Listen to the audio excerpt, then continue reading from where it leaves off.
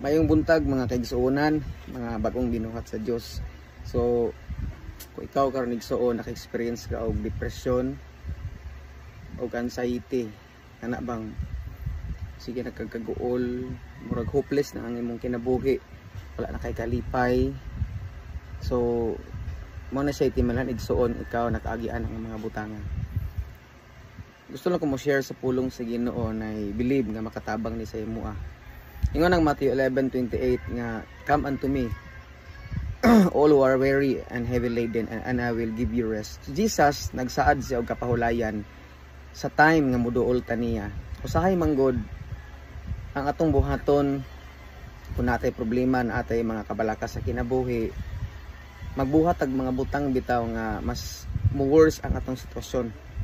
Wala ka na kung gi-judge, pwede nga kung na kay problema, inom ka, mag-drugs ka, mamayi ka, or unsa ba imong buhaton aron nga ma-relief ang imo ang gibati igsoon. Sultian ka nako kana nga mga butanga dili gid na makatabang sa imo.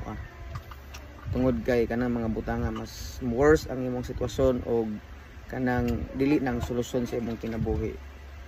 Daghan mo gud sa ato ang modernize sa atong mga problema o ato lang sige hunahon. So ako kang gi-encourage nga duol sa Ginoo.